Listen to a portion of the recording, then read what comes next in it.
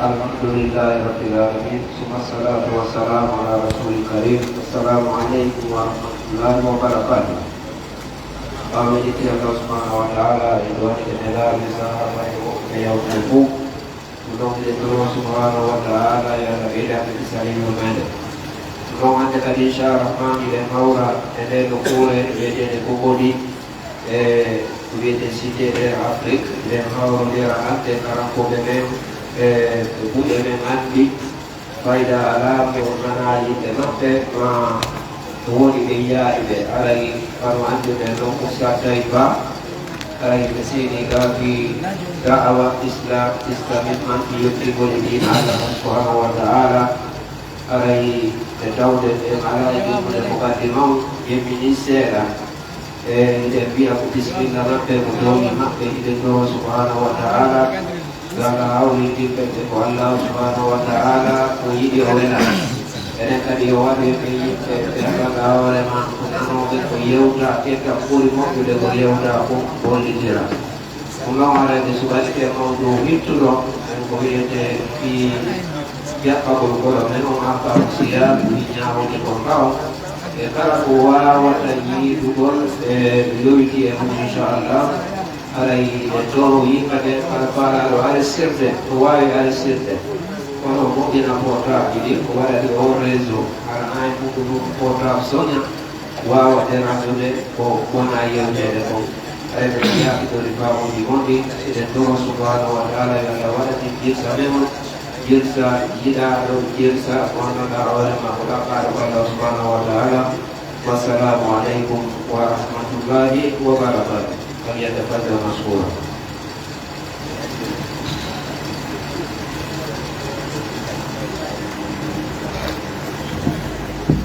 أعوذ بالله من الشيطان الرجيم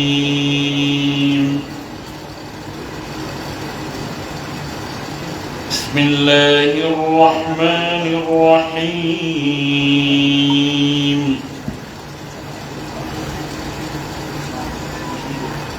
يا أيها الذين آمنوا كتب عليكم الصيام كما كتب على الذين من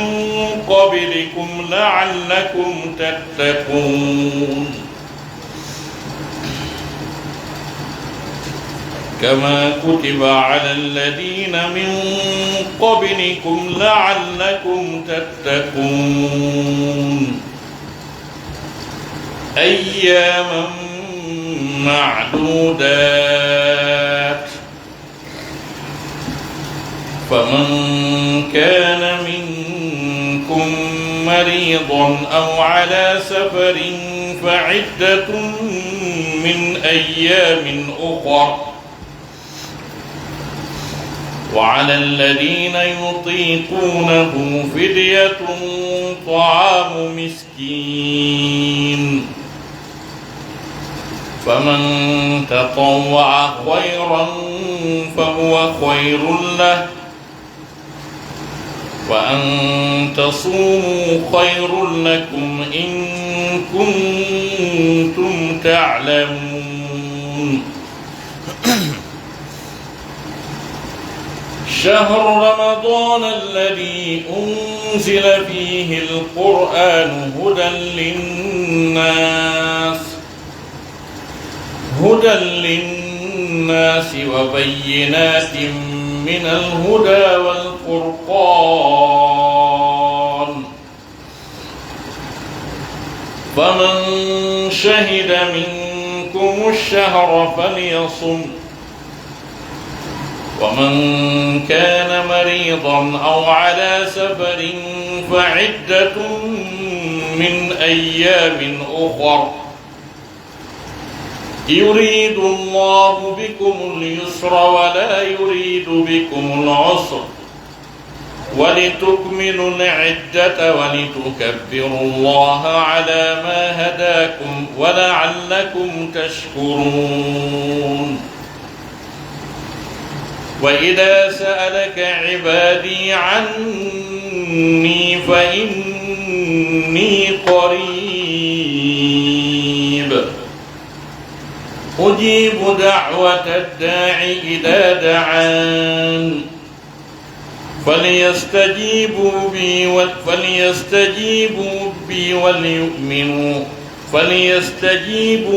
وليؤمنوا بي لعلهم يرشدون. بسم الله الرحمن الرحيم. الحمد لله على نعمة الإسلام وكفى بها من نعمة، ثم الصلاة والسلام على سيد الأنام سيدنا ونبينا محمد ابن عبد الله وعلى آله وعلى صحبته الكرام والتابعين لهم بإحسان إلى يوم لا مرد له من الله. Para musibbe julɓe tedduɓe, ɓawonde yettuɗen Allah subhanahu wa ta'ala, juuluɗen e nelaɗo meɗen Muhammad sallallahu alayhi wa alihi wa sahbihi wa sallam, mo jam e kisi woni e muɗum nediraɗo sabu yurmede wonande ɗeɗo mofte. Haray ɓawde nguɗo salminagol islamu yottade e mon, haray hiɗen e ara e mawdu meɗen on inchalrahman. Mawdu on haray no amiru dawa men on Oustad Mahmoud en no ɓe holliri noon, haray mawdu on hino yiilo faade e nduɗo lewru suumaye teddundu. Nden toro Allah subhanahu wa ta'ala onon ɓeɗo musidɓe julɓe tedduɓe nokku kala ka ɓagorɗon ɓadi woɗɗi, yo Allah subhanahu wa ta'ala hollu on gonga e ko wona yewtede kon arsika on jokkugol, o holla on faljereji ɗin e yewtere nden arsika o woɗɗitagol. haray inchalrahman eɗen toro Allah subhanahu wa ta'ala yo allahu lanɗon arsiko en ko yewten ta ko wondi e ƴiyalta ko saabi Allah kadi e woni ko yewtirɗen. haray musidɓe julɓe tedduɓe, e yewtugol fi nduɗo lewru suumaye teddundu ko yewtugol hunde nde tawata fi muɗum no mawni, fiyake mum hino teddi. E ɗo e yewtu fi lewru suumaye ɗum yewten fi korka kan, par ce que e korka kan ko feere, lewru suumaye ɗum ko feere. Bi mana hino hana andede ko honɗum woni korka, ko honɗum woni qiima korka kan e nder dewal ngal e nder diina kan. ɗum fi muɗum hino mawni, hino hitti. No anda e si wiyama assawmu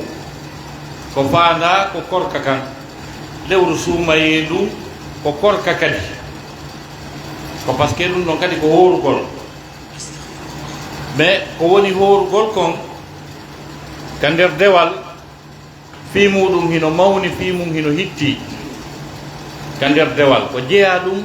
e dewal ngal e rewgol ko allahu ɗan ɗon rewirte kon. korka kan hino tawa e muɗum no ƴetti geɓal mawngal, no ƴetti fiyake mawnuɗo, no ƴetti moƴƴere molanade e nder dewal ngal. dewe ɗen noon hino yaaji, hino ɗuuɗi, hino jeeya e dewal ngal Allah subhanahu wa ta'ala ɓuri yiɗude yo rewre horugol ngol. ko ɗum waɗi si noneji korka ɗin ɗuuɗi, ɓay Allah hino yiɗi, ɓay hino welamo fi muɗum, hino mawni, no teddi, hino moƴƴina neɗɗanke on, neɗɗanke julɗo on, hino tafamo, hino ne'amo, hino moƴƴinamo. ko ɗum waɗi si Allah subhanahu wa ta'ala tawi himo yiɗi korka kan, none makka ɗuuɗi e nder dewe ɗen. kon ɗum jomiraɓe gande si wiyama taarifu goɗɗum, andingol goɗɗum ka sharia, heɓay andinagoji noni ɗiɗi. heɓete ko wiyete e at-ta'rifu lughawi wa at-ta'rifu al-istilahi, bi mana hunde nden andinte ko honɗum woni nde ka konngol arabu, ka haala arabu ko honɗum woni ɗum ɗo ngal dewal ɗo. on say noon andine kañum kadi ko honɗum ɗum ɗo firti ka sharia, ka diina. jonnon andingol ko honɗum woni korka ka haala arabu ɓe inni as-sawmu huwa al-imsak, ko woni korka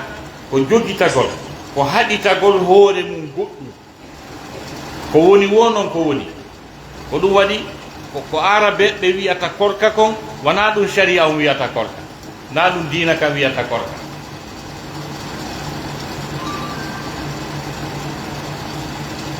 ka haala arab ko wiyete korka ko ɗum wiyete assawm ko wiyete assawmu ka haala arab ko haɗitagol goɗɗum ko woowi wadde ma ɗum jogitagol hoore mum e goɗɗum ko woowi wadde ko rasi ɓe inni assawmu al imsak kala noon ko haɗitiɗa si a wii mi acciri ni wowlugol haray a hoori haala mi acciri ni seppugol haray a hoori ɗum ɗon a hoori seppugol a haɗi hoore ma e seppugol a haɗi hoore ma wowlugol ka yimɓe haala arabu ɓe innayi a hoori kamɓe ɓe innayi ɗum ɗon korka eɗen anndi hay e haala men pular no woodi wiyoɓe mi hoori on ɗon mi hoori ɗum ɗon mbiyana o tertike haaju makko ala e mum hannde kadi mbiɗa wawi arde ka qur'an yewten fii korka ka tawata kan korka ɗon ta ko korka tigi ko kalimatu sawm woni ko gollitira kono harana accugol ñaamugol e yargol harana ɗum nene Mariam ɓay Allah subhanahu wa taala yiɗi waɗugol mande makko goo jeyande e mande makko ɓurde mawnude e nder diina kan ko honɗum woni nden mande ko taggugol neɗɗo mo tawata o ala baaba ta ko neni ɗum o mari o ala baaba tawi ɗum ko annabi Isa alayhi salam ɗum ɗon no pertude seeɗa mouvement mo gon ɗon on faami wiwɗen e annabi Isa alayhi salam ko neɗɗo mo Allah subhanahu wa taala waɗi mande mum mo jeeya e mandeji Allah ɗin kanko annabajo Allah o sabu noone no Allah tagirimo noon Allah tagimo tawi mo mari nene kono ala baaba kanko e annabi adama mandeji maɓɓe ɗin no nangi annabi adama Allah tagumo tagi neɗɗanke mo ala nene ala baaba o tagi annabi Isa mo tawata no mari nene kono ala baaba oɗum wasi Allah nandindinni programme maɓɓe on o yewti fi maɓɓe Allah daali inna mathala Isa inda Allahi ka mathali Adam khalaqahu min turabin thumma qala lahu kun fayakun ko aya Qur'an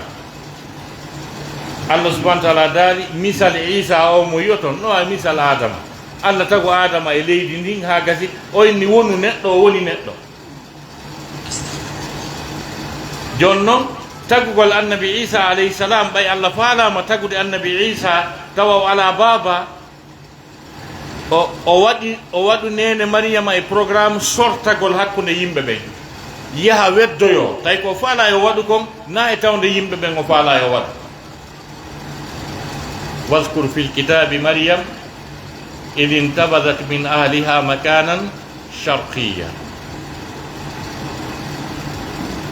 fattakhazat min dunihim hijaba Allah daali daaruka nder qur'anare yewtanalan fi Maryama tuma nde o sortino hakkunde yimɓe makko ɓen o yaari Allah sifi ka o yaari toon Allah daali o wirniti e maɓɓe yimɓe makko ɓen jonnon ɓay o ari toon fiwata ɗen ayeje ƴettan en tan hiɗe ari ka sortu Mariam ko wonɗen ɗaɓɓitude tun ko wondema goɗɗum no wiye korka harana accugol ñamugol e yargol ɓay noon o ari toon ha gasi Allah tippini annabi honno wiyete seydna Jibril e makko tawi on ko noone suka labaɗo o ari e makko ha gasi on sayi o yeetimo Allah o lanɗo yamirimo holli wonnema o waɗay ɓiɗɗo e makko o jibinay ɓiɗɗo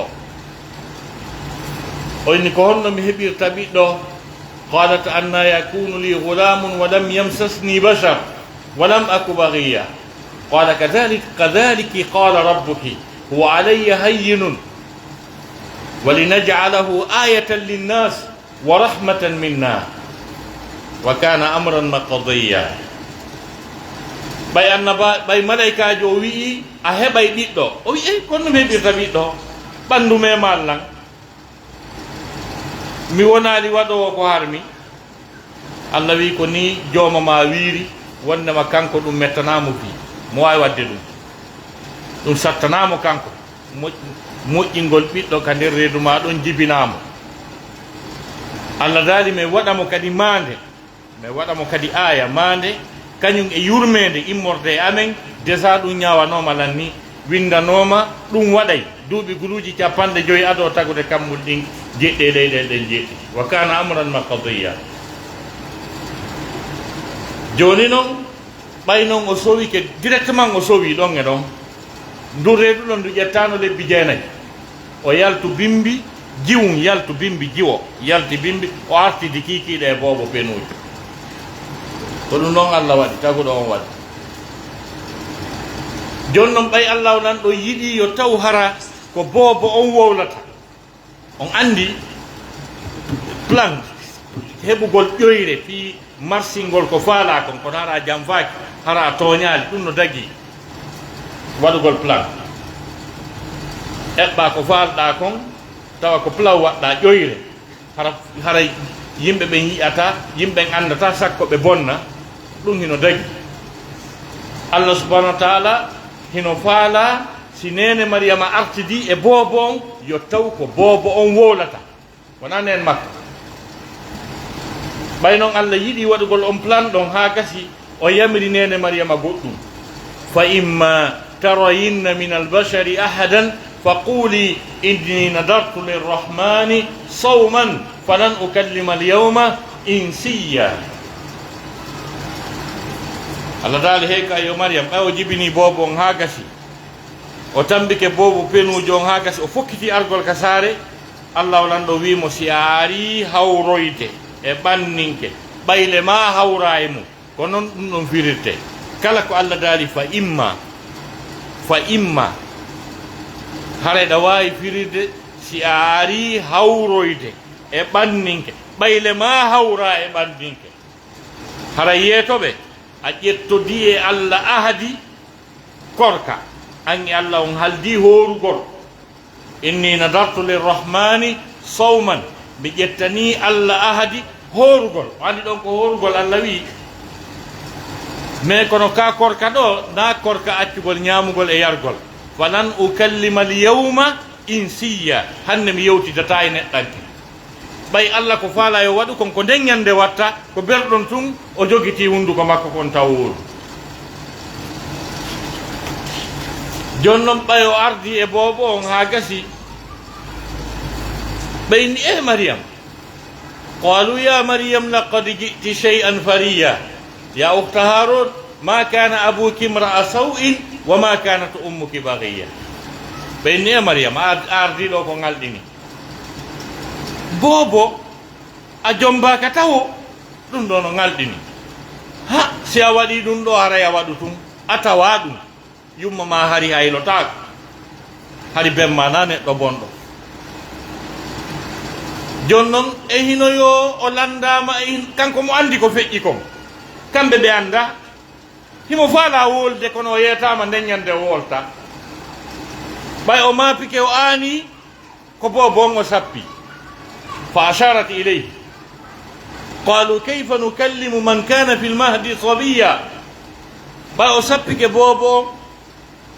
ɓe inni ene Mariama ko honno min yewtidirta e boobo penujo ko boobo penujo on jabboto ko min landimako tawi on kadi ko sabbi ko ha ɗum ɗo wiye qala inni abdullahi atani alkitaba wa ja'alani nabiyya wa ja'alani mubarakan aynama kuntu wa awsani bis-salati waz-zakati ma dumtu hayya wa barran biwalidati wa lam yaj'alni jabbaran shaqiyya nde o sappinomo tun boobon ko woodi o wi min komi jiyaɗo Allah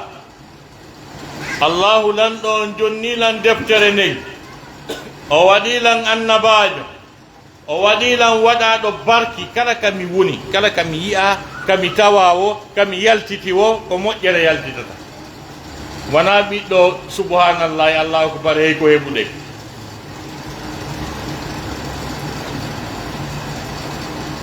kanko kala ka o yaltiti haray ko moƴƴere ko barki o yamirinan juulugol e horugol fannintama miɗo wuuri o yamirinan ɗiggal ngol yumman o waɗanilan malkisaɗo no woodi ko duwaɗen famude ɗe ayde ko woni très important gogo on kongu ɗiɗi no ɗi ardiri noon no mari mana inni abdullahi ɗo andi ko ɗum adori min komi jiyaɗo Allah ko ɗum adorana konno toon ko ɓay Allah yino andi si o janɗoyi ɓe wi o yahi ko o ɓiɗɗo Allah est ce que on nani ɗum moƴƴa Allah no andi e gandal makko wirningal si o bobo ɗo janɗoyi ɓe wi o yahi ko o ɓiɗɗo Allah ko ɗum so adori wiwgol ko o maccuɗo Allah ko jiyaɗo Allah qala inni abdullah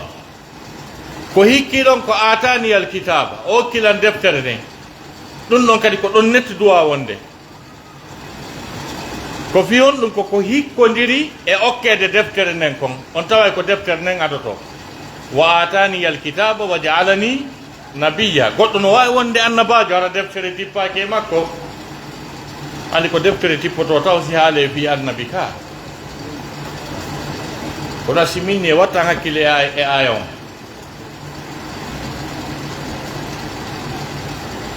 atani alkitaba o kilan deftere ni wa jaalani o waɗilan nabiyan annabajo a wata wonde yettinanowo Allah a wata wonde ceernojo gando jaabotoɗo question ji nafirowo sengo ka diina sina memu deftere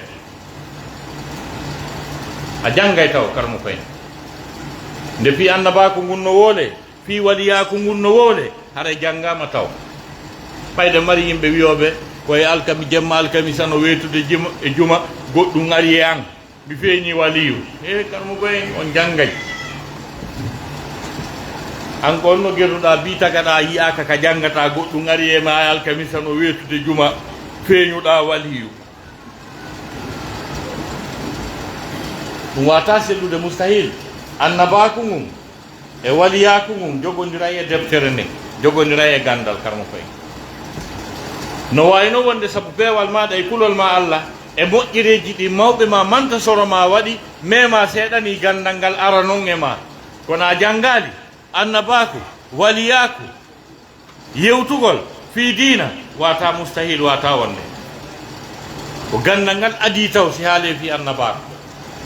si haale fi wiwgol ko ceernojo goto yiyali kaw fini yiyali jannuɗomo mo yewde fi l'islam haray ɗum ko wattangol hakkil aya on ɗo ko wi atani alkitaba wa jaalani nabiya o kilan deftere nden taw non so waɗimi annabajo dare ko hikki ɗon kon wa jaalani mubarakan joni si tawi goɗɗo gandi ɗi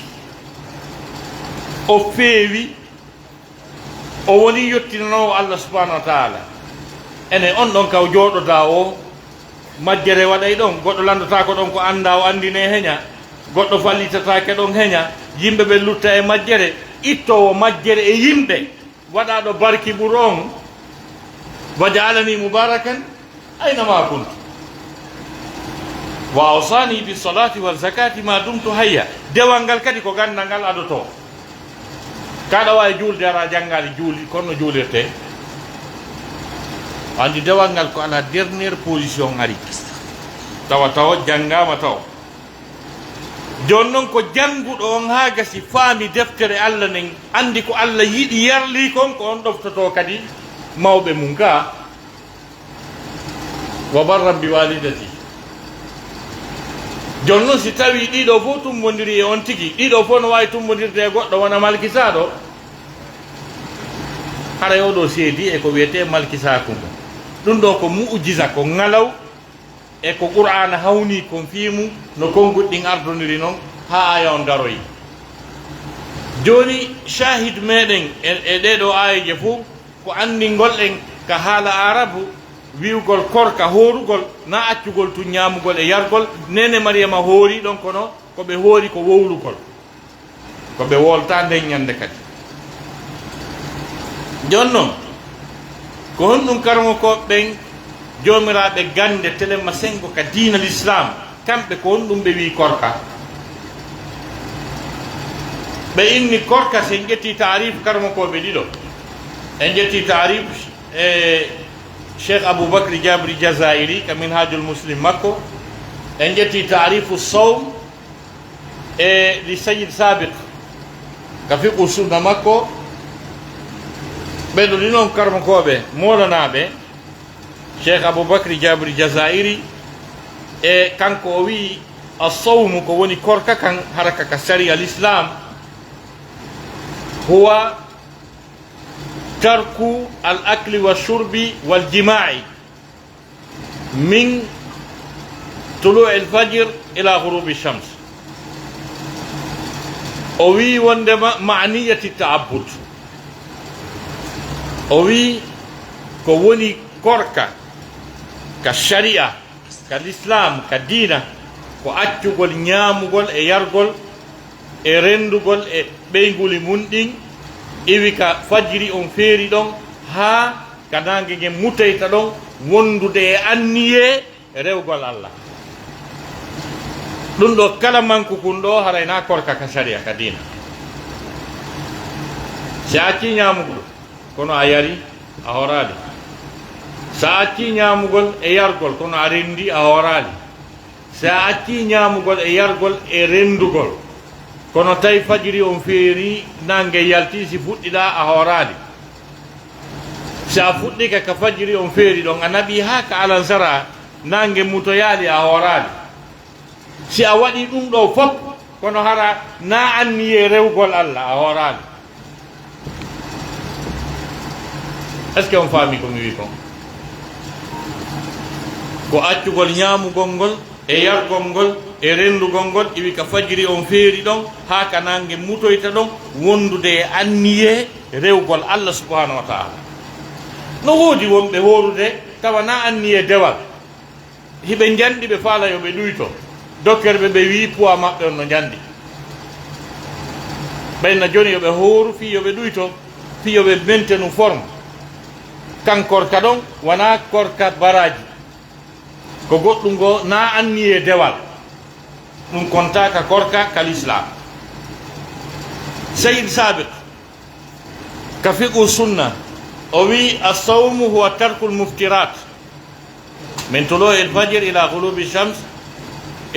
shams maniyati ta'abbud kanko o hawtito o wi tarku lmuftirat ko accugol taƴinoji ɗin ko ñamugol e yargol e rendugol ewi ka fajiri on feeri ɗon ha ka nange mutoyta ɗon wondude e anniye rewgol allah subhanahu wa taala jonnon kala ko wiyete korka kon fo korka ko wiyete korka kon fo no senditi pecce ɗiɗi wattanen hakkil moƴƴa ko korka dagiika e korka harmuka korka dagiika e korka harmuka ko ɗum woodi kala mo yiɗon no hoori ko imma mo hoorde ko dagi ma mo hoorde ko harma korka dagiika ko korka ka tawata si a hoori hiɗa mari baraji ka allah subhanahu wa taala tawa ko korka ka tawata allahu lanɗo no yamiri ka nela sa salama hino yamiri kan korka ko ɗum no wiyete korka dagiika korka harmuka ko korka ka allahu lanɗo on e nelaɗo on haɗi hoorugol ma hara ɓe yamirali o hoore tan ɗon korka yi ka harmi jonnon aren e korka harmuka kan ko kala korka ka goɗɗo hoori tawa ko fii baraji o woni hoorirde si tawi ko hoorugol fii ɗuytagol kan harma ka dagaki korka hoorugol fii ɗuytagol fii waɗugol sport ɓay tun anni on na rewgol allah ala probléme karmo koye mais kono si a hoori tawa anni on ko baraji faalaɗa kono tawa korka kan ko haɗaka ma ka yamiraka kan korka ɗon ko harmuka a nangoyte fii makka si a nangidama kan korka lahara na fi baraji wona wolede ko sa hettoto ko horanɗaka kon gasa wiye goɗɗo acca ñamugol e yargol nane ko ɓe wolta awa en nanayi e ngal kadi oustat taybou naati abidjan en nanayi haaju no woodi korka ka goɗɗo horatata ko baraji o faala ta ko bakka to mari korkaji harmuɗi ɗin ɗinala sasama haɗi ɗin no jeeya e ɗin korkaji ko wiyete sawmu dahar wiya hooray ha maaya ɓawɗo ko minen naɓayno yimɓe ɓen kambuwar o ɓawɗo ko minen yoɓinayno ka suware awa on tigi ɗumannike heeɓi fattu on tigi ɗumannike jon noon e mi hoorayani maaya mi heɓa kami tawoya Allah karmo koyne si Allah nanguidima e kankor kala hara ko ɗum waɗi l'islam on kañum ko gandal dina kan no newi kadi ka complica ka satta wata bonno ha gasa waɗana hoorema peene sa bonni a woopi a yeddi Allah subhanahu wa taala artawa Allah wiya Allah mi bonni o yeetoma kon ɗum watta konta bonno ha gasa wiya mi hoora yaami maaya anda an anda Allah noddi wi yo nelaɗo noddanmo kala bonnuɗo ha feƴƴiti keerol tawa jeeni wari hoore wujji détourni kansi feni ño'i Allah wi Muhammad ɗaɓɓitanan ɓen ha yiyaade قل يا عبادي الذين أسرفوا على أنفسهم لا تقنطوا من رحمة الله إن الله يغفر الذنوب جميعا أن عندهم آية ندرتون الله وي هيك أيو محمد يتنو لنجيا بأن بونو بها فيكتي فانتم بدو مودم بنفو كلا بوني بورتو بونده بورتو هربيناده ɓe waɗi yetano lan ɓe wondema wata ɓe taƴo yurmede ande mi accanayi ɓe ha lanna an anda on aya no nder ton si wiya hoorayama ya fiiɗa bonni ka hiɗa sikka ki wonki ki jogiɗa ɗon ko an jeyki hay fuu so a jeeya e ma a luɓa fof a luɓa wonkiki luɓaɗa guite ɗen luɓaɗa koyɗe ɗen a jeeya hay fuu sema sakko letta nela sottamaki wa inna li nafsika alayka haq ɗa jogui haqqe wonkimaki horgol no muusi no satti wallahi lan anduno mawɓe koloma bimen mandi ko men woni paykum ɗen no hordi komin fuɗɗinoɓe yiide har hiɓe sembi hiɓe dari hiɓe foti ɓe laaba takko koɓe mayata faydade ɓe woni skelette ko ƴiye ɓe hooru ha ɓe maayi ala ko ɓe wajaka ɓe letti wonki maɓɓe kin ha ɓe hori ha ɓe ɓoomi wo fi bonnereji ɗi ɓe wanno ɗum wawata sellude few si on tigi letti wonki munki a yeeɗo yimɓe buyno wiya sa darna e suudu a haɓɓay rendu ta ñamata fi yo heɓu suudu fi yo heɓu teere he haɓɓay rendu nani ko ɗum buyɗo ɗo yo heɓu mbuuɗi ara e gastrique nangi ɗum tonganama kala ko weeli par ce que si ɓe ñamali ko kulloy koye ñamata kon kulloy koye ko teteki maɓɓe ɗin ñamata nde ɓe wona patron tawa hande kadi gastrique nangi ɗum welanoma ha joni renndum uddino hay so heeɓi ñamata no jogii mbuuɗi no jogii moyen ñamata no jogii mbuuɗi no jogii moyen walotako ko laaɓi no jogii mbuuɗi no jogii moyen sodata weloru sodata motoru sodata automu no seppa tun no wembino a ko feeti ino letta hoore mum ɗi wonkiji men ɗi wonɗen lettirde faali ɗi mbuuɗi ɗi en ñaawidoya e ɗi ñande darngal donc sabu ɗum ɗon waɗi si kankorka ɗon harmi par ce que on tigi no lettude wonki munki sawmu dahar no harmi nela no haɗi ɗum nela saslama hino haɗi kadi e korka ko wiyete alwisala no daganinoɓe kamɓe nela saslama kono daganaki en enen ko horugol ha ka futoro ka huntoto ɗon salo huntade continue a korka kan jemma fuɗɗitoyo korka kan bimbi huntoyo ka futoro ɗimmo nelaɗo no waɗayno ɗum kamɓe kono enen ɗen tongana ɗum daganaki en kan korka ɗon ko jeeya ɗum e korkaji harmuɗi ɗin no jeeya e korkaji harmuɗi ɗin e horugol sonnajo hoora hara ko naafilo na suumaye on kanko e patron makko ɓe fof ɓe nder ton faami kono hara on tigi wono a jeego juldandu wono a tenen e alkamisa sonnajo on ƴetta programme horugol ɗum hara o landaki modi makko newnanalimo sonnajo on si waɗay ngal dewal ɗon kala korka ka o horata ko sonnajo on horata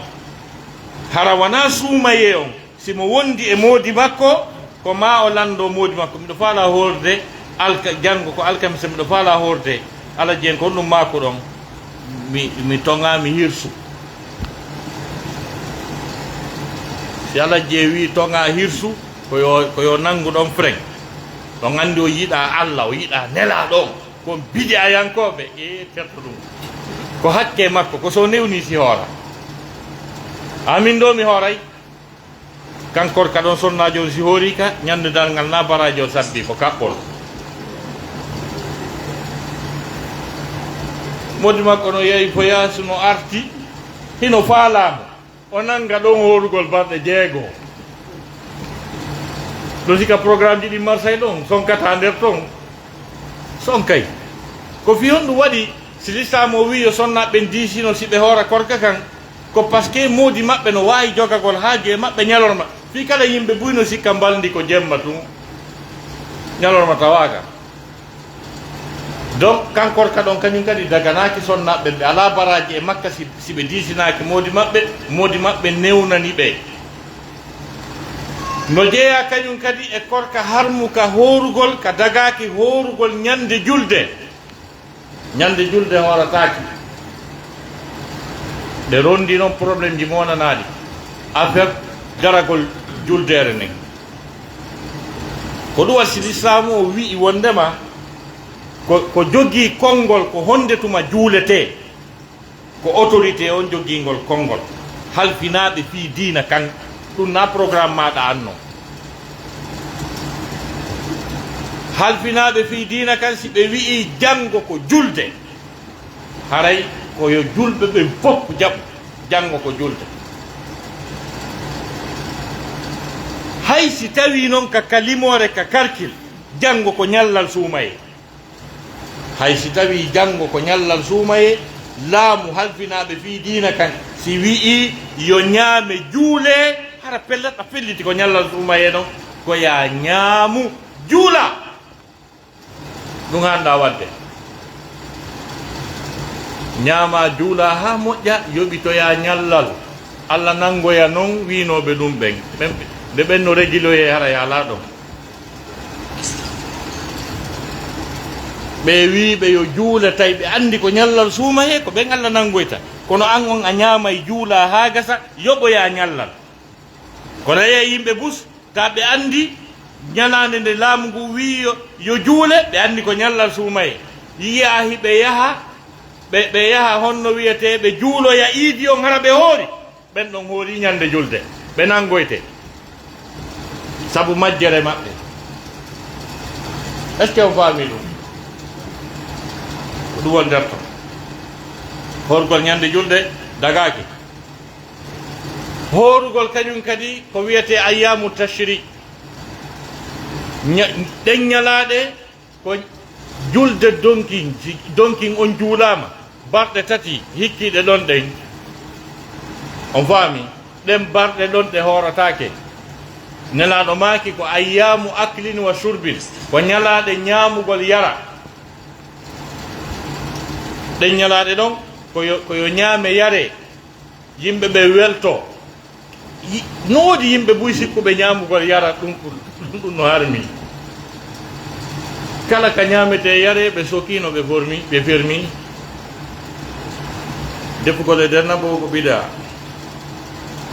gasam nangodira joni e woɓɓe faami kala ka defete ñaame ko haramu ko ɓiɗa donc ka donki ɓay pellat ɗen andi julde donkin ko ɗon dammi ɗin hirsete ka dammi no hirsa constateur ji no heewi tew comme mo naaduma ɗon e worugol juɗi tew ñaama certoɗa korka ɗen mbaɗa ɗon nde horatake ko ñaame yare welte horugol ñande juma ñalaande juma nden nde hoorataake suɓagol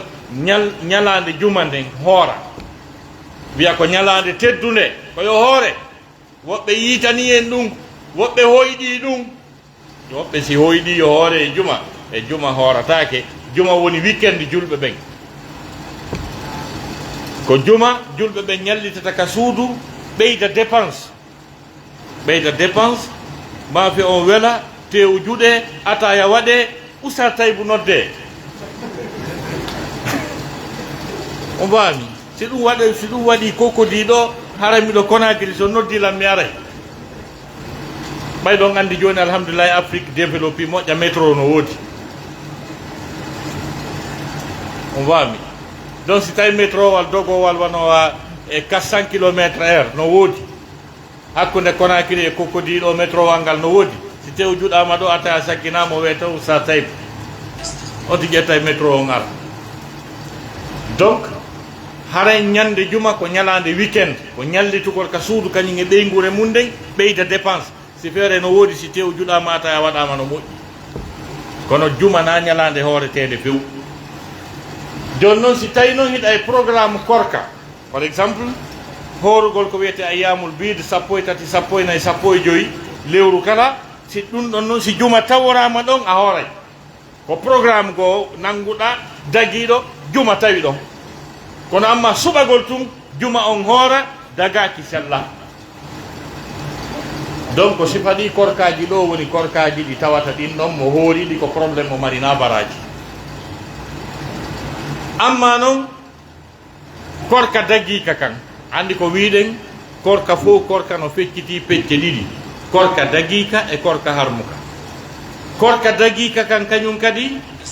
hika fecciti pecce ɗiɗi korka daggika no fecciti pecce ɗiɗi korka farilla e korka naafilo korka farilla ko korka ka tawata si a hoorika ɗa mari baraji sa hoorali a nangete si a hoori korka kan ɗa mari baraji si a hoorali ka a nangete ɗum wiyete korka farilla korka naafilo ko korka ka tawata si a hoorika ɗa mari baraji dongal e wakkande sa hoorali ka a nangatake fi a hoorali ka e famodiri ha ɗon ka ko mawdu on ko calcul ji monanaɗi korka fuu no fecciti pecce ɗiɗi korka dagiika e korka harmuka korka dagiika kan no fecciti pecce ɗiɗi korka farilla e korka naafilo korka farilla kan kañum kan no fecciti pecce tati siki ɗe famodiri ka korka farilla ka tawata si a hoori ɗa mari baraji sa hoorali a nangete ɗum kadi no fecciti pecce tati ɗi tati noon ko ɗi farilla korka farilla arana kan ko lewru suumayen ɗum yoni en ko Allah daali kon ka suratul baqara aya 100 aya 83 verset 183 surat al baqara la vache Allah daali ya ayyuha alladina amanu kutiba alaykum siyamu hey ko onon yo gonɗinɓe korka kam farlama e dow mum ko korka suumaye kanno ɗum ɗon ko farilla ko obligatoire no sa horal tunga nangoyde korka farillaji ɗiɗi luttuɗi ɗin ɗin ɗon ko an ɗaɓɓitata ɗi kadi waali ɗon ɗi nangue ko wiyete sawmul kaffarat korka kaffar kan ɗon ko ka farilla ko an ɗaɓɓitatake goɗɗo si ñaamiɗo ha haari pooɗi ataya hum wi watti ɓey mumum nene mum e mbaray Allah walli o haray Allah walli o no jeyano o sortora e on programme ɗon hoorugol lebbi ɗiɗi jokkodirɗi ko rinɗingol dande taw waɗɗimo so heɓali dande nde o rinɗina haray e hino waɗɗimo hoorugol lebbi ɗiɗi jokkodirɗi no daari fa in lam yajid fa siyamu shahrayni mutatabi'ayn ko hoorugol lebbi ɗiɗi jokkodirɗi jonnon si tawi tun suumaye si ari mo wawi horude suumaye cellal makko ngal no permetti mo horugol suumaye haray horugol lebbi ɗiɗi jokkodirɗi nangimo sabu nden borrenede nde boni e ɓeygu makko par ce que no wiyade ces hommes qui sont très impolis worɓe impoliɓe bonɓe neɗino toon pour en jone mi wattima nene a awa gasi haray o woni nene ma taw ko a wi ɗum ko ɗum wasi aya o lanni jori innahum la yaquluna munkaran min alqawli wa zura ɓe woodi konngol ñiddugol añiningol kañum e fenade kadi humɓinide dangerere ɓe woodi par ce que sa wi a watti ɓeygu ma nene maɗa haray a yawike nene ma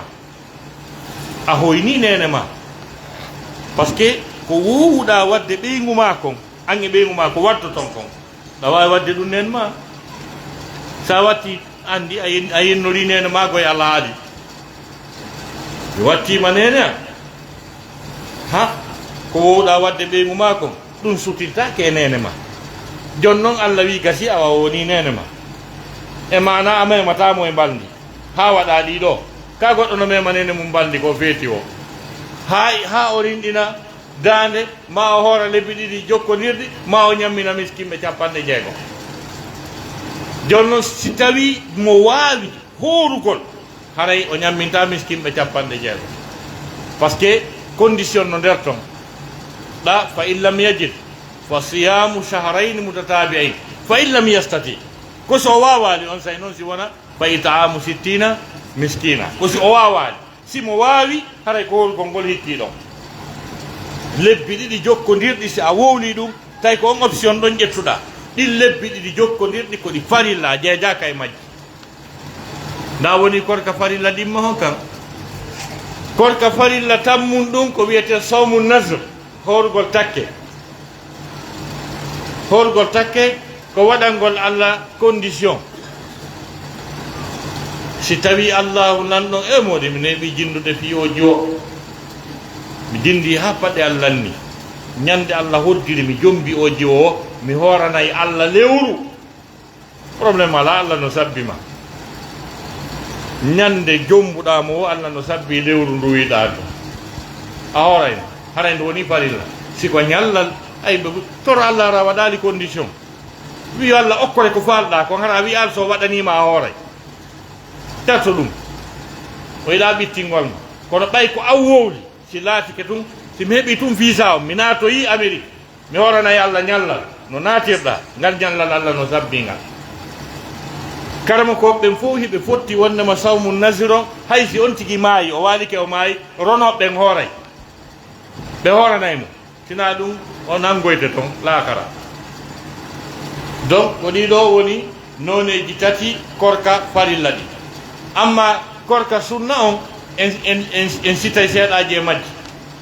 wona hooragol tenen e alkamisa ma ɗum horugol jeego juldandu ma ɗum horugol hande hunto janngo hoora hande ñaama janngo ma horugol ñande arafa yawmu arab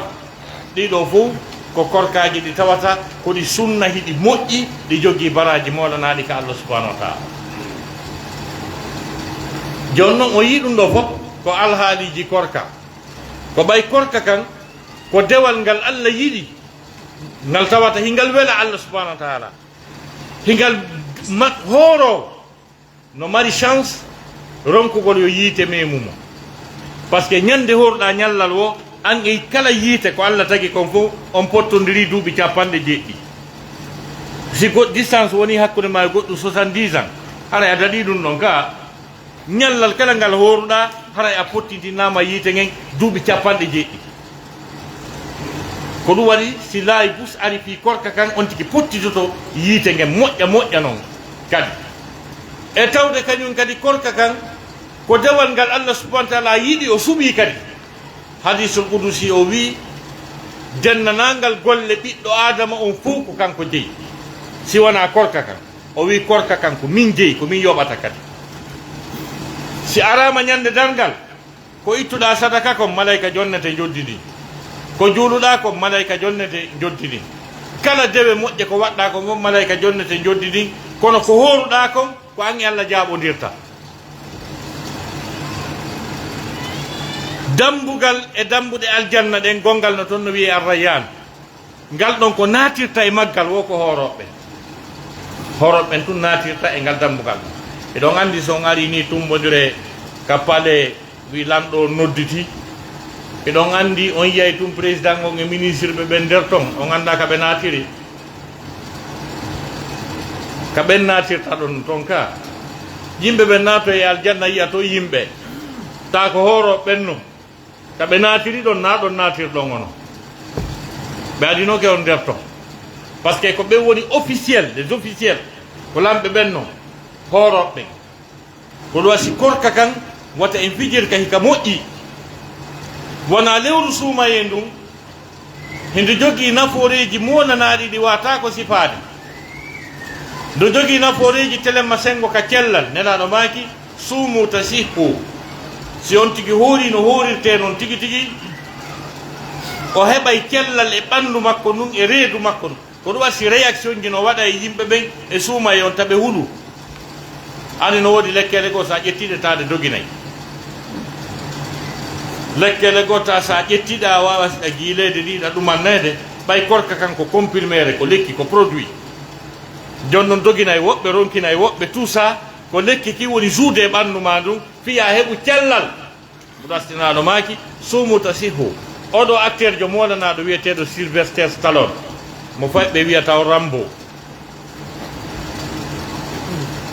o wi o yii e ko julɓe ɓen hoorata kon ko woni très important o hoora e tenen e hoora alkamisa kefeero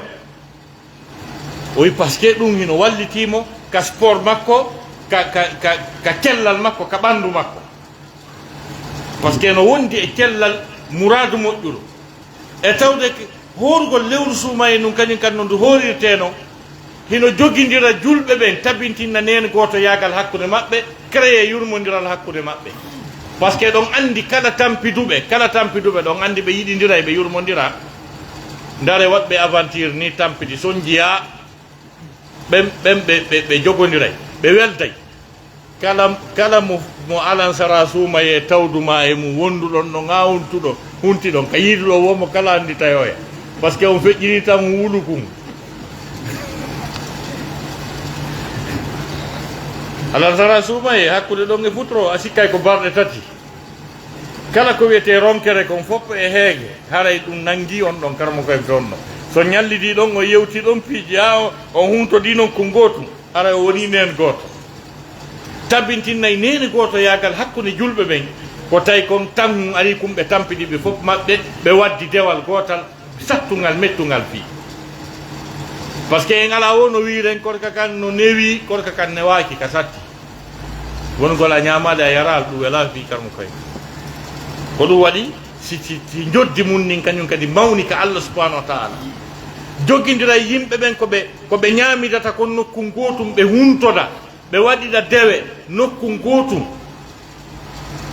ekkitay wowtunoɓe on andi no woodi yimɓe naturellement ko yimɓe fermé sokkiɓe susta yimɓe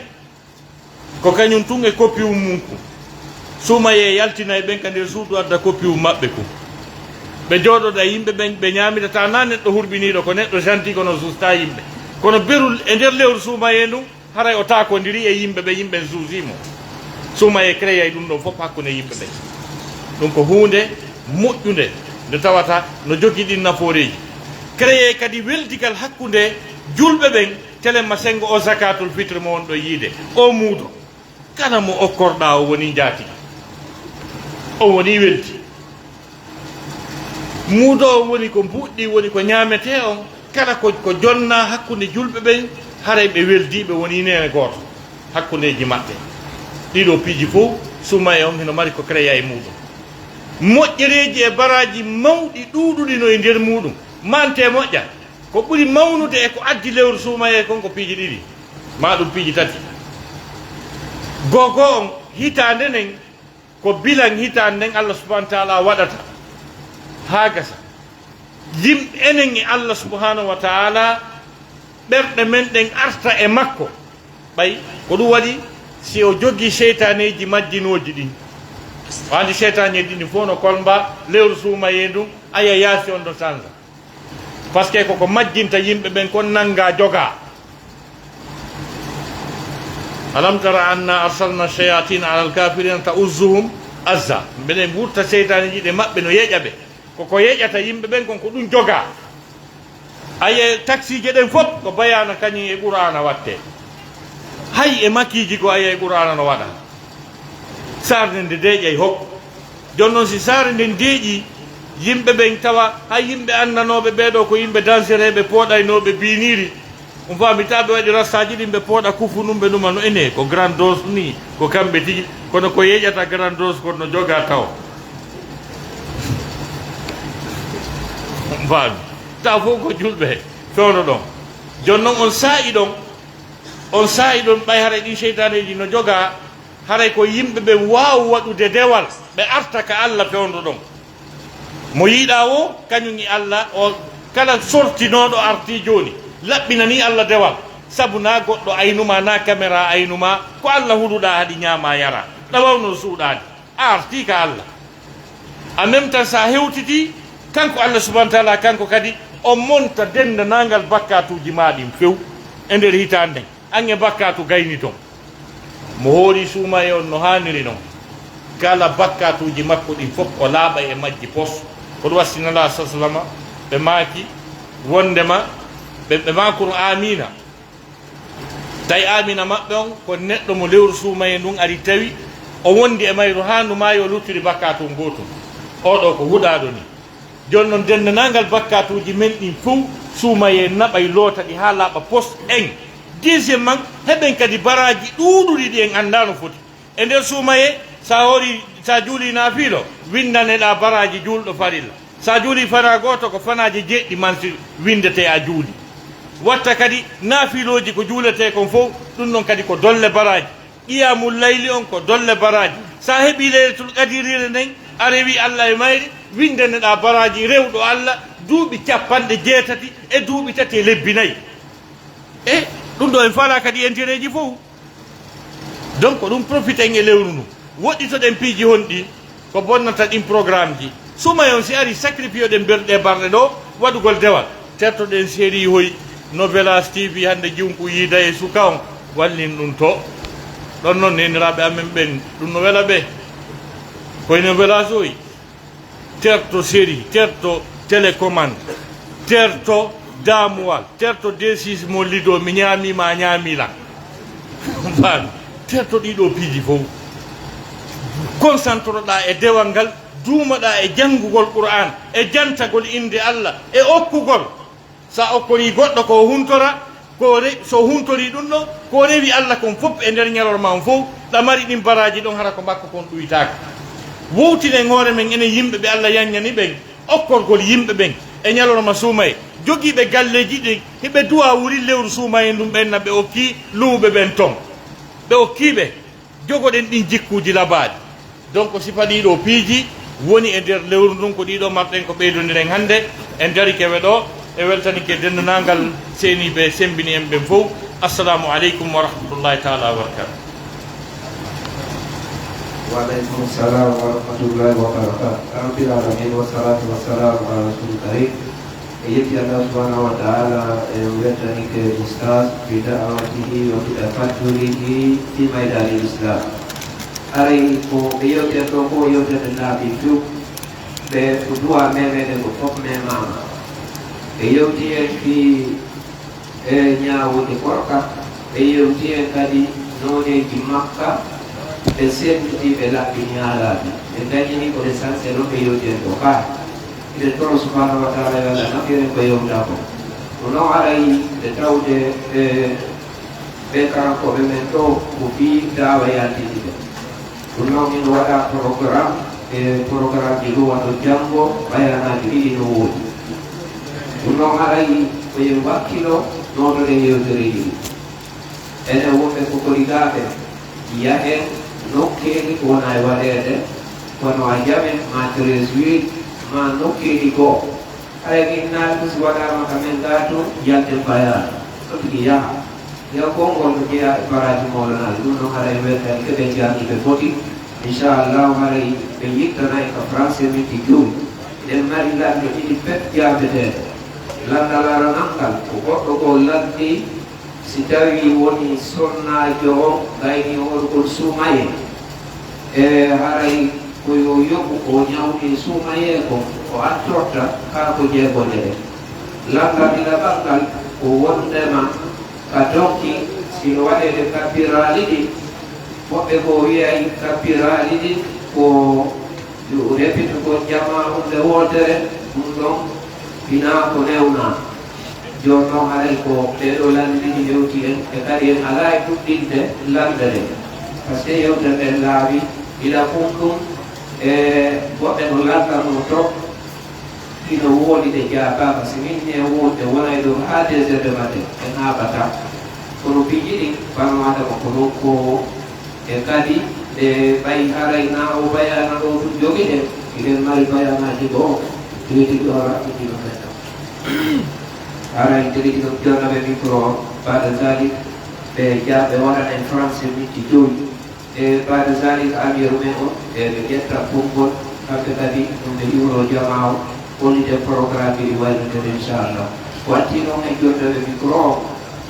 ɓe andi waɗo wiirɗen noon ɓeɗo ko fii haraka dawa yalti joni noon dawa o ino landi fere waɗo ɗe dulle ko yimo ka yaasi ɗo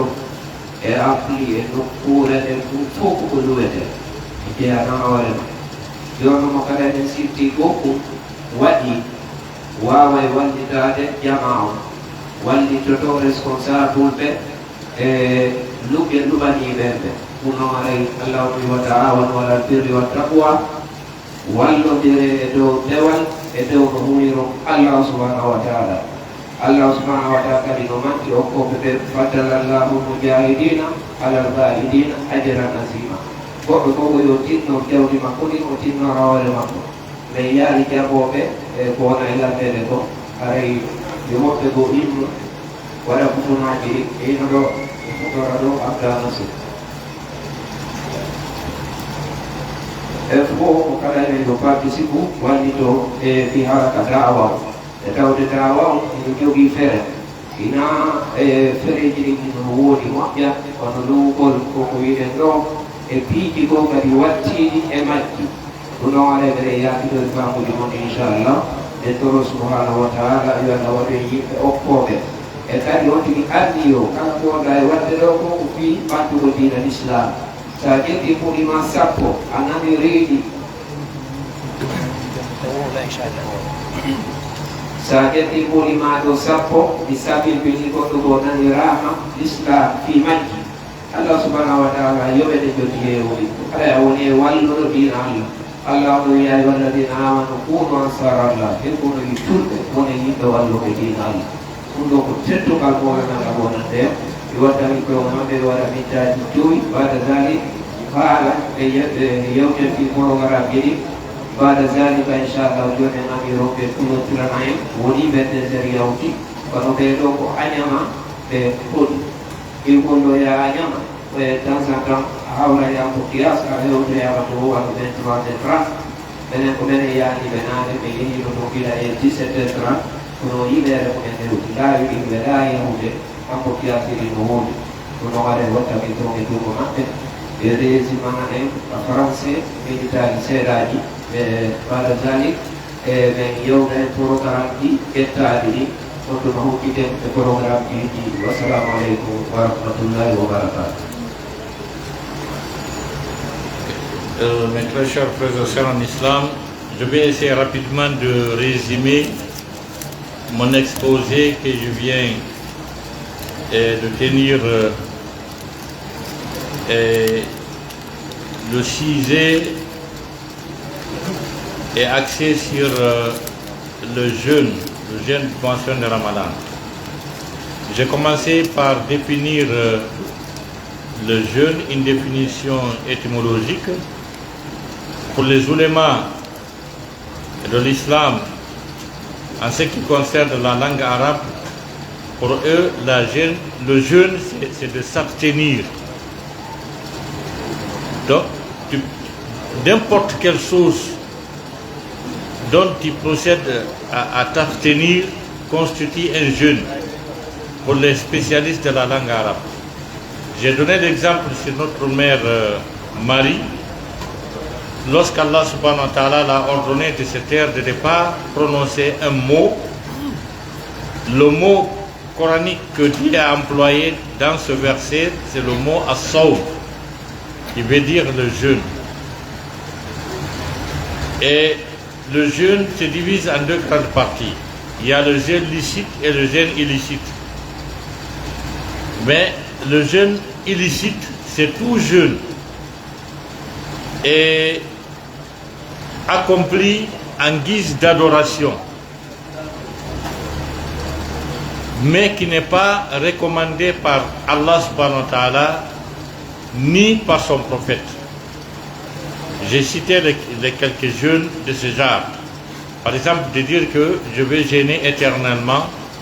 c'est prohibé dans l'islam. Parce que ça contribue, n'est-ce pas, c'est-à-dire c'est une sorte de punition, de peine à l'encontre de ton âme et que ton âme ne t'appartient pas. C'est un prêt. Ou bien de jeûner le jour du vendredi. Le jour de vendredi, c'est le week-end des musulmans. Ou bien de jeûner le jour de la fête. Quand par exemple l'autorité religieuse ordonne la fête dans n'importe quel jour, il y a certains musulmans qui savent que ce jour-là fait partie des jours de jeûne. Ils vont au lieu de la prière en jeûnant. Ils se font semblant de ne pas jeûner. Ce jeûne-là aussi est illicite. Quand l'autorité ordonne la communauté musulmane de procéder à la rupture du jeûne, même si ce jour-là fait partie du jour du jeûne du moisson de Ramadan, ils doivent procéder à la rupture et faire leur fête et prier. Après, ils compensent un autre jour de jeûne pour ce jour-là. C'est ce qu'il faut faire. Mais désobéir l'autorité religieuse est prohibé en matière de l'islam. Donc, voilà ces quelques jeûnes, n'est-ce pas, qui sont prohibés. Maintenant, le jeûne licite est divisé en deux. Il y a le jeûne obligatoire et le jeûne surrogatoire. Le jeûne obligatoire, c'est un jeûne qu'Allah subhanahu wa ta'ala a recommandé, ou bien Allah subhanahu wa ta'ala a recommandé, comme par exemple le jeûne du moisson de Ramadan, ou bien le jeûne d'expiation. Par exemple, quelqu'un qui dit maintenant il considère sa femme comme sa propre maman. Donc il y a une partie, n'est-ce pas, de la punition de cet individu, de sanctions, de jeûner 2 mois successifs. Donc le jeûne, ce qu'on appelle aussi Sawm Nazr, c'est quand par exemple quelqu'un dit, si Dieu m'accorde une telle chose que je désire ardemment, je vais jeûner pour Allah subhanahu wa ta'ala un jour ou bien une semaine ou bien un mois. Dès qu'Allah subhanahu wa ta'ala exauce et que cette chose se matérialise, donc Allah attend, n'est-ce pas, sa promesse. Donc c'est comme ça. Et il y a le jeûne de ce moisson de Ramadan est très bénéfique. Premièrement, c'est un jeûne qui efface tous nos péchés. Parce qu'Allah subhanahu wa ta'ala a dit, celui qui jeûne convenablement et avec une intention d'avoir la récompense divine de ce moisson de Ramadan, tous ses péchés seront effacés. Et ça, c'est très important. Il s'agit encore de normaliser notre relation entre nous et notre Seigneur. Parce que c'est lui qui procède au jeûne, c'est-à-dire c'est un acte d'adoration qui est sincère. Personne ne te surveille, personne ne te contrôle, il n'y a pas une caméra de surveillance qui te suit. Donc si tu arrives à jeûner, c'est parce que tu es sincère envers Allah subhanahu wa ta'ala. Donc c'est une normalisation entre nous les fidèles musulmans et Allah subhanahu wa ta'ala. Et aussi, à travers ce jeûne de ce moisson de Ramadan, on peut ramasser énormément de récompenses. Parce que, c'est-à-dire, c'est des actes d'adoration qui sont très récompensés C'est-à-dire, par exemple, celui qui prie une prière dérogatoire, il est récompensé comme quelqu'un qui a prié une prière obligatoire. La prière obligatoire, sa récompense commence par 7, jusqu'à 700, jusqu'à 7000, ainsi de suite. Et il y a une nuit qui se trouve parmi les dernières nuits de ce mois de Ramadan qu'on appelle Laylatul Qadr. C'est lui qui arrive à adorer Allah subhanahu wa ta'ala au cours de cette nuit. Il aura une récompense, n'est-ce pas, qui dépasse ou bien qui est équivalente, n'est-ce pas, à une adoration de 83 ans et 4 mois, comme ça. Donc, voyez-vous, donc qu'est-ce qu'il faut faire au cours de ce mois de Ramadan? Il s'agit de se débarrasser de toutes sortes de futilités. Les jeux de dames, lido, la télévision, les séries télévisées, tout ça. Nous devons nous débarrasser de tout ça là, nous consacrer uniquement à l'invocation d'Allah subhanahu wa ta'ala, à exalter son nom et à lire du Coran et être généreux aussi. Parce que notre mère Aïcha disait que le prophète est très généreux, mais il est encore plus généreux quand il s'agit de ce mois de Ramadan. Donc voilà, d'une façon très ramassée, ce que j'ai évoqué à langue nationale Pulaar, Inch'Allah. Donc, article les questions du qu'on on delanda. Voilà, soumayon si gasi fi jego jultano. No anda haray yogay sonna be go no wodi ko be nyawli. Est ce que be adoray ko be nyawli ko ka be horay e hondo wiyete barde jeegoɗen taw si ɓe aroyana ko ɓe waɗi wonu moƴƴi si ɓe faala ɓe adora e wuurde barɗe jeegoɗen ɓe sakkitora yoɓugol ko ɓe ñawri ko si faala ɓe adora e ko ɓurani ɓe fof no tagi e konnguli jomiraɓe gande wallahu ala wa ala question ngo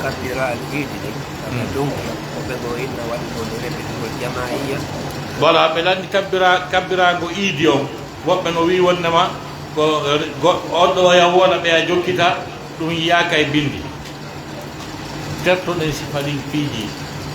tardude e tardingol tagore nde ɗum ino dagui ino selli ka goɗɗo oya wona ɓe a fof répéta ɗumanno ɗum ino moƴƴi Allah fu sala e muɗum mo waɗani kadi hoore mum Allah fu sala e muɗum minen ɗo kamen yahata umra to ko noon ɗum jokkira to Makka o Madina o mi yikkiti kam ko ɓe ɓuuri ino tabbintinni ɗum min mi yaali Allah e muɗum ɓe faamu ganko wallahu ala wa ala landal gotal no arti fay ko woɗɗeno ɗo emo jokki ɓe fi ballon ɗi balɗe jeeɗati ɗi yaari kadi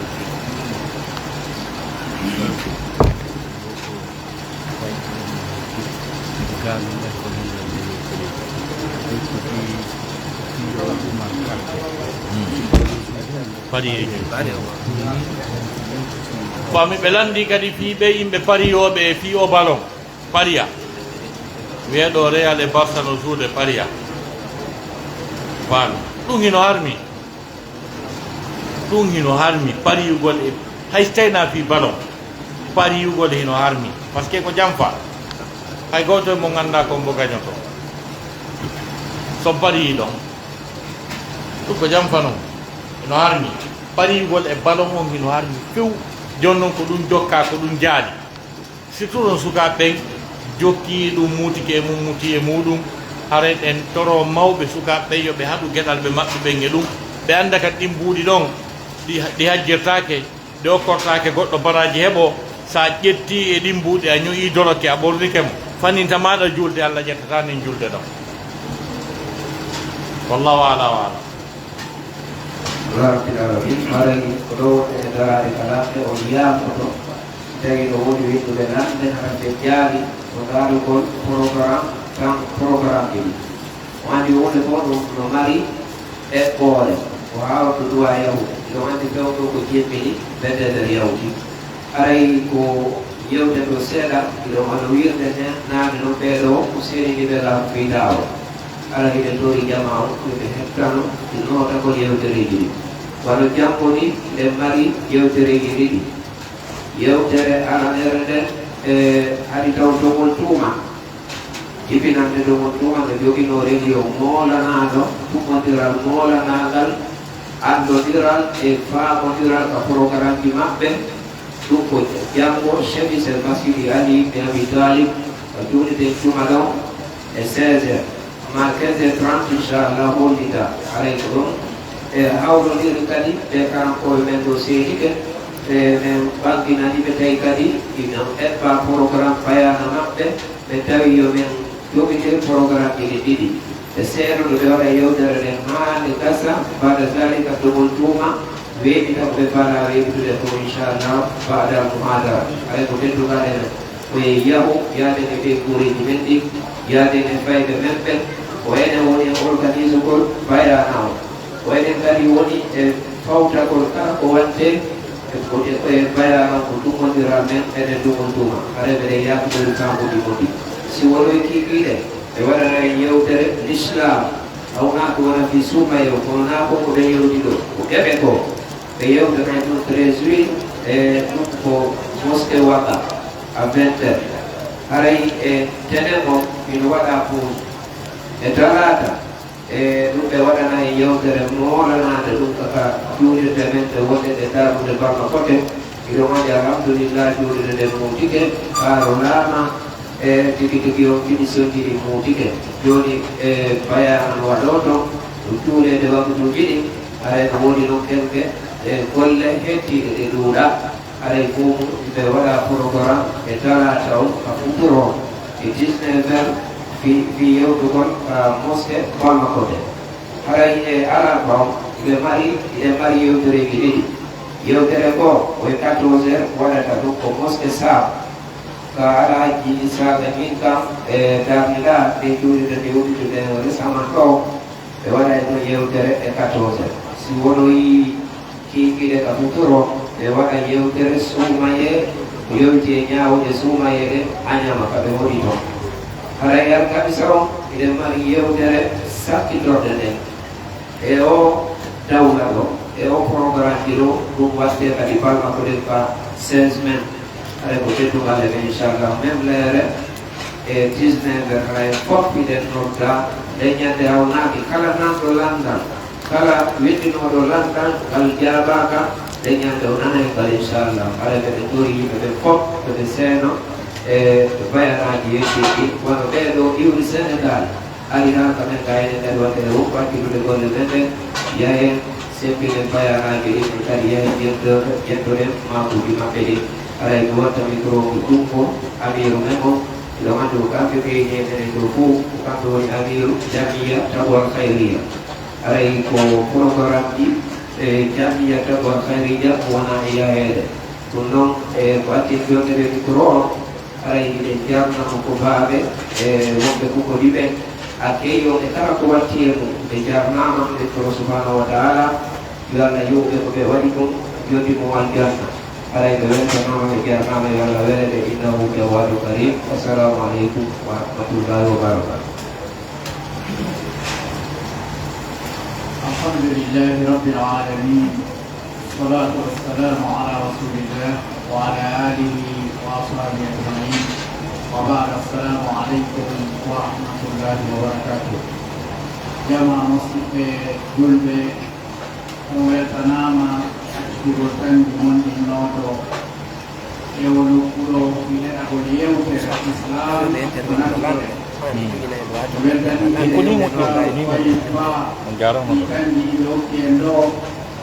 ko ɓe andi ɗinen ɗo yo Allah naffire hayana mari komi andi jitta ɗon ande nde mi jogi honɗum woni ɗum ko hiɗe wowno no wonno yogaɓe men koddiwano wowɓe laamu o wiya yiiɗe wuru darondo suumaye ma mayugol suumaye ɓeyna menen nde men noddi laggine men noddi Sénégal ma men noddi Burkina ɓeydi ɓe yaari ɗum jokka ɓen ɗon ronka jokkude ɓeɗo ustade laɓɓinani en ɗo hannde haray en dohondiri kala wownoɗo wadde ɗum yo addu yo onditi jokku hooreɓe diina leydi ndin koɓe yamiri ko on tigi waɗa ɗum si faddere no ɗon haray ko kamɓe woni responsable haray ɗum ɗon woni kon faano andintinde e dow weltanagol jama o fuu e tansiji jama o ɗi argol ɗo haray ɗen toroyaɓe ustade ko ɓuri moƴƴude en jogi ko ɓe tammuɓe okkene waɗi ɗum ko tammo woni gurdam haray ɓe anditinen ɗo fiiji heewɗi wonde e nafa ɓe Allah waɗa en eɓen jeeyaɓere toɓe yewtere ƴettagol moƴƴina kon gollira ay assalamu aleykum wa rahmatullahi wa barakatuh. وعليكم السلام ورحمة الله وبركاته. Jarama عليكم ورحمة الله وبركاته.